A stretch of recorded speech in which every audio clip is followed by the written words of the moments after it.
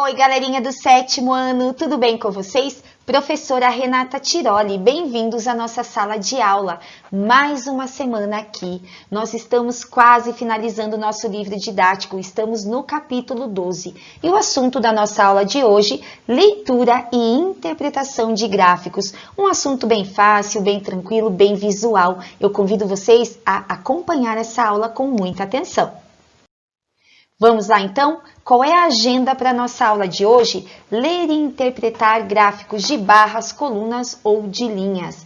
Além de exemplos práticos, nós vamos colocar aí a mão na massa e resolver várias atividades. Vamos lá? Vamos lá então, mas por que é tão importante que a gente consiga, que a gente saiba ler e interpretar um gráfico? Pessoal, a leitura e a análise de gráficos é importante para a gente responder e entender várias situações representadas em diversas áreas do conhecimento. Além da gente saber ler e interpretar, é importante a gente conhecer os diferentes modos, as diferentes possibilidades que esses gráficos podem surgir. E como esse assunto ele é muito intuitivo e visual, a gente vai dar ênfase aí mostrando exemplos práticos de gráficos e situações que envolvem esses conceitos. Os gráficos, como a gente já falou, podem ser de diferentes tipos, de muitos tipos. Os mais comuns são os seguintes: o gráfico de linha. Aí nós temos três exemplos, três situações representadas por gráficos de linha. O gráfico de linha é bacana porque ele nos permite observar olhando rapidamente a variação entre um mês e outro, a quantidade de chuva, a quantidade de votos. É muito fácil de você olhar e perceber essa variação. É bem interessante esse gráfico. Nós temos também o gráfico de colunas, onde as colunas podem aparecer na horizontal ou na vertical. Gráfico muito comum, muito usado também. Também é um gráfico bem visual. Você olha e já consegue absorver a informação que ele quer te passar facilmente. E temos o famoso gráfico de setores, aquele que a gente conhece como gráfico de pizza. Esse gráfico merece uma atenção tão, mas tão especial que na semana que vem as aulas serão somente sobre ele. Vamos colocar então a mão na massa, vamos aos nossos exemplos. Atenção aí! Em uma eleição para prefeito de uma cidade, concorreram 3 candidatos, o franco, o dúbio e o falacioso. Durante a campanha eleitoral foram feitas 3 pesquisas. A primeira no início da campanha, a segunda quando faltava um mês para as eleições e a terceira foi divulgada nas vésperas das eleições. O gráfico de colunas a seguir mostra os resultados. Nós temos ali a legenda, né? As colunas que estão em azul representam ali o percentual de votos do franco, em vermelho do dúbio, e em verde do falacioso. Além disso, em roxo, brancos nulos ou indecisos. Vamos lá, o item A. Com base nesse gráfico, vamos responder as questões. Item A. Na primeira pesquisa, um dos candidatos liderava a disputa eleitoral com mais da metade das intenções de votos. Essa afirmação, ela é verdadeira? Vamos observar no gráfico ali o resultado da primeira pesquisa. A gente de olhar ali observa que na primeira pesquisa, um dos candidatos disparou com 60% das intenções de voto, o que corresponde sim a mais da metade dessas intenções, porque a metade corresponde a 50%. Portanto, sim, pois 60% dos entrevistados afirmaram que sua intenção de voto era para o candidato falacioso. Fácil, né? Vamos ao item B. Item B chegando. Sabe-se que em cada uma dessas pesquisas, a margem de erro comum é de 2 pontos percentuais. Isso significa que o percentual de votos de cada candidato pode ser de 2 pontos percentuais acima ou abaixo, maior ou menor. Observando a terceira pesquisa, quais são os percentuais mínimo e máximo dos candidatos dúbio e falacioso? Galera, vamos olhar agora só lá na terceira pesquisa. O dúbio, ele tem a intenção de voto correspondente a 25%. Considerando os 2 pontos percentuais a mais e a menos, o mínimo seria de 23%, 2% a menos, e o máximo 27%, 2% a mais. Já o falacioso tinha a intenção de voto da terceira pesquisa correspondente a 22%.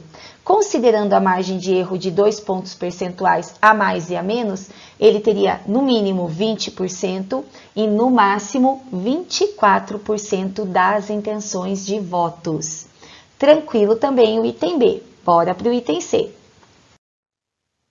Vamos ao item C, então. Por conta da margem de erro dessa pesquisa, nós podemos afirmar que na terceira pesquisa ocorreu um empate técnico entre os candidatos dúbio e falacioso. O que isso significa? Bom, pessoal, olha só. Com o percentual, com a margem de erro, o dúbio vai de 23% a 27% das intenções de votos. Já o falacioso, considerando esses 2% percentuais, ele vai de 20% a 24% das intenções de voto. Então, não é realmente possível afirmar qual dos dois será o segundo colocado. Nesse caso, a gente afirma que houve um empate técnico. E quando a margem de erro corresponde a 2% percentuais maior ou menor, nós dizemos que a margem de erro corresponde a 4 pontos percentuais. Isso quer dizer que fica tudo próximo ali, só se decide no dia da votação mesmo. E para a gente fechar esse primeiro exemplo, vamos ao item D. Ainda considerando a margem de erro e sabendo que a cidade onde foi realizada essa pesquisa tem um total de 60 mil eleitores, quais os números mínimo e máximo de votos esperados para o candidato Franco, de acordo com a terceira pesquisa? Bom, pessoal, eu selecionei para a gente ali apenas a parte que relaciona a terceira pesquisa. Nessa última pesquisa, o candidato Franco lidera as intenções de votos com 48%, né? Um percentual bem alto. E a gente vai fazer dois cálculos bem básicos para encontrar a quantidade mínima de votos esperados e a quantidade máxima. Bom, considerando os 2 pontos percentuais, né, a mais ou a menos, primeiro o mínimo, então, nós subtraímos 48% menos 2, 46%. 46% de 60 mil eleitores.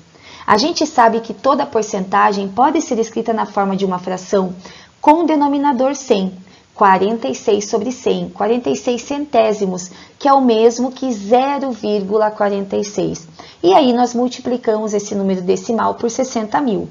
Obtemos 27.600 votos. Então, essa quantidade de votos é a quantidade mínima esperada para o Franco. Agora, a gente vai calcular a quantidade máxima.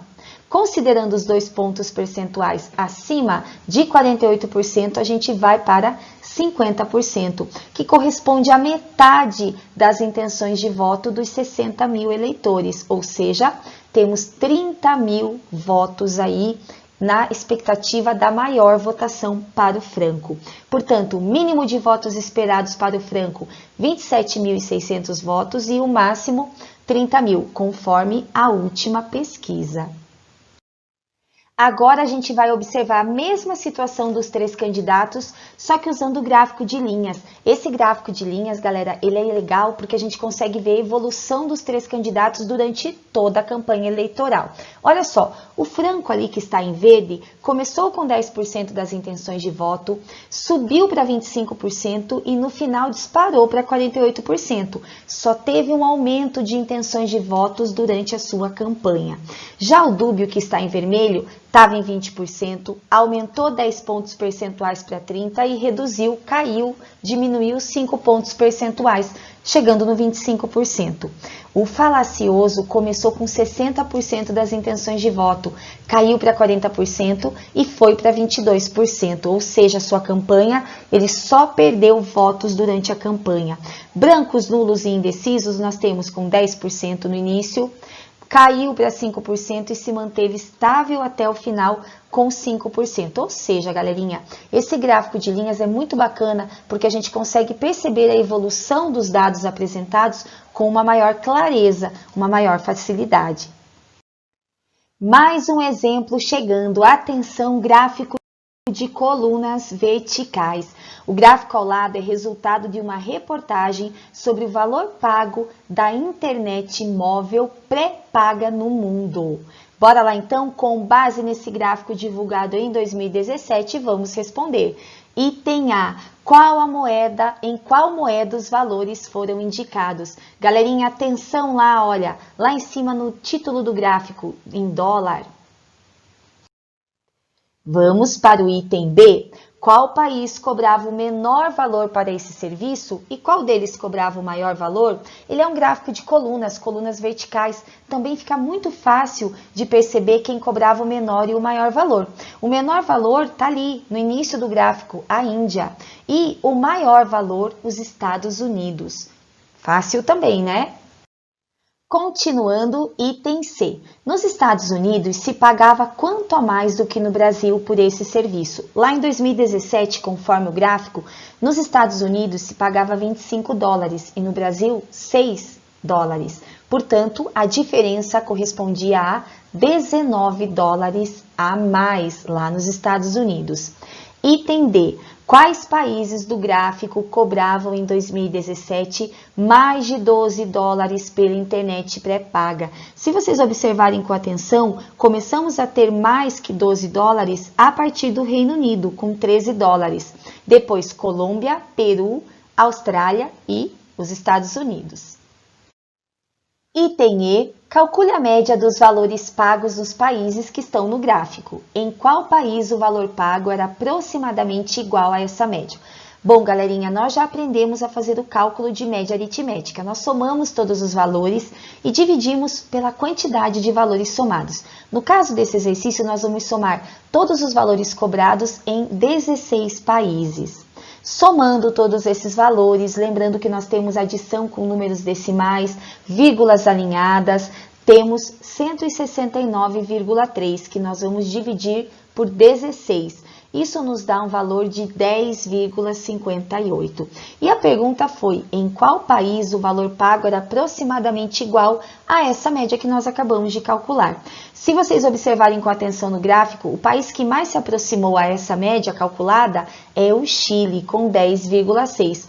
Portanto, no Chile, o valor cobrado era de aproximadamente o valor de 10,58, muito próximo da média.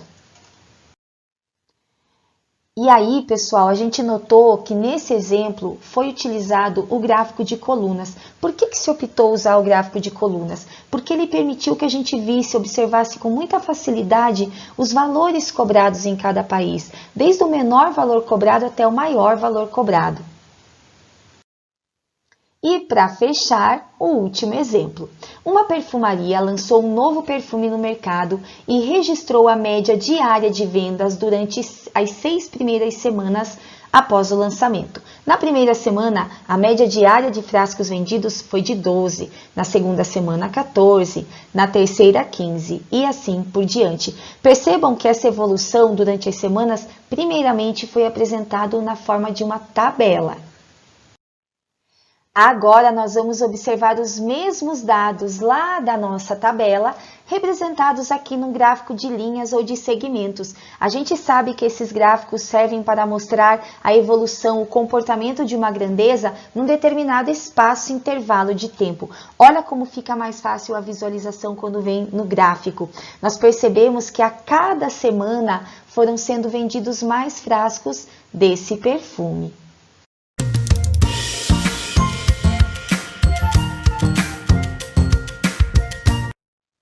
Galerinha linda, chegamos àquele momento da aula que todo mundo espera, o resumo top, se liga aí. Do que nós falamos hoje? Leitura e interpretação de gráficos de barras, colunas e de linhas. Nós vimos que tabelas e gráficos contribuem para uma leitura mais rápida e eficiente de qualquer situação. Olha esse infográfico aí abaixo, diz que 1 a cada 5 brasileiros está obeso e que a metade da população está acima do peso. Esse gráfico é um gráfico de linhas e tornou fácil a visualização de que entre 2006 e 2016 houve um aumento a cada ano em porcentagem no número de homens e de mulheres com excesso de peso.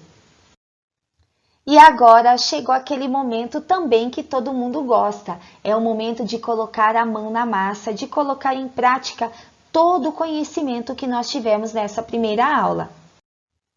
Galerinha, então, fim da primeira aula, da aula 1. Eu aguardo vocês para a gente colocar em prática tudo isso na aula 2. Tô aguardando vocês, hein? Um beijo!